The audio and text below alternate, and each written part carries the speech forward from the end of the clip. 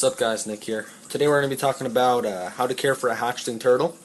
So the first thing I just want to do is I just want to show you my supplies for caring for a hatchling and a turtle in general. So I keep my supplies right down here. I'll just go through everything I have in here.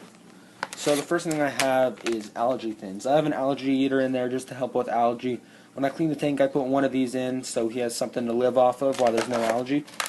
The next thing I use is VitaShell. Really important for hatchling turtles to get a strong shell, and this helps a lot. Hatchling Food, Reptilman Baby hatchling formula, really good too. Highly recommended. It's cheap. It's only like $2.99. More Hatchling Food. This is made by ZooMed. It's also really good. It's really small. He doesn't like it as much as the other food, but it's still really good. This is really important. It's Tetra Aqua Safe. You use it every time you put new water into your tank.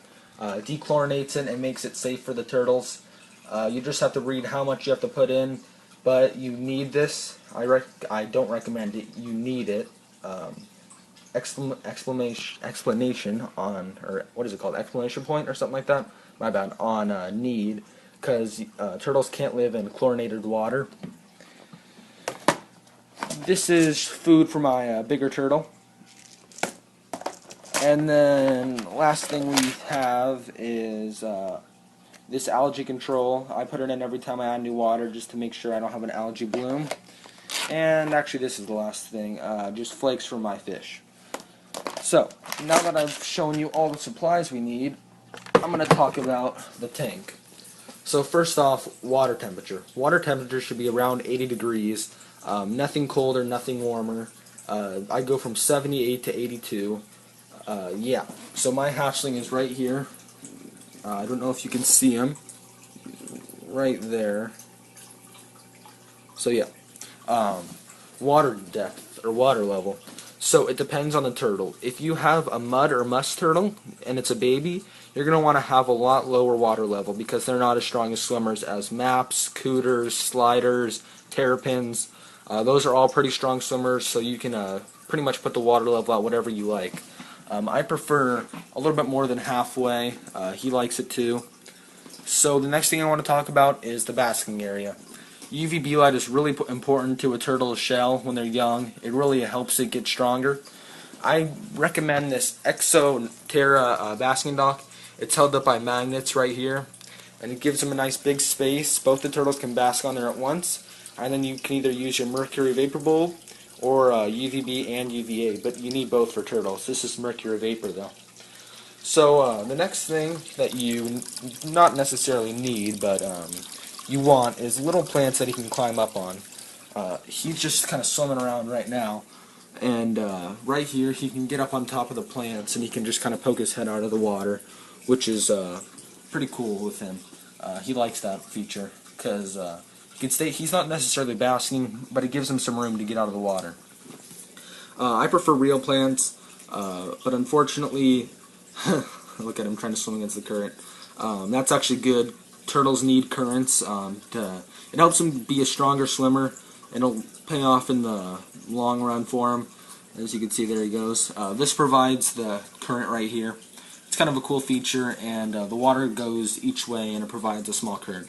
But anyways, as I was saying, I used to have real plants in there, but while I was on vacation, my musk turtle, which is right back there, ate them all, and that's okay. I'll be getting more soon, but for right now, little fake plants right there. And then I just have some cover down there.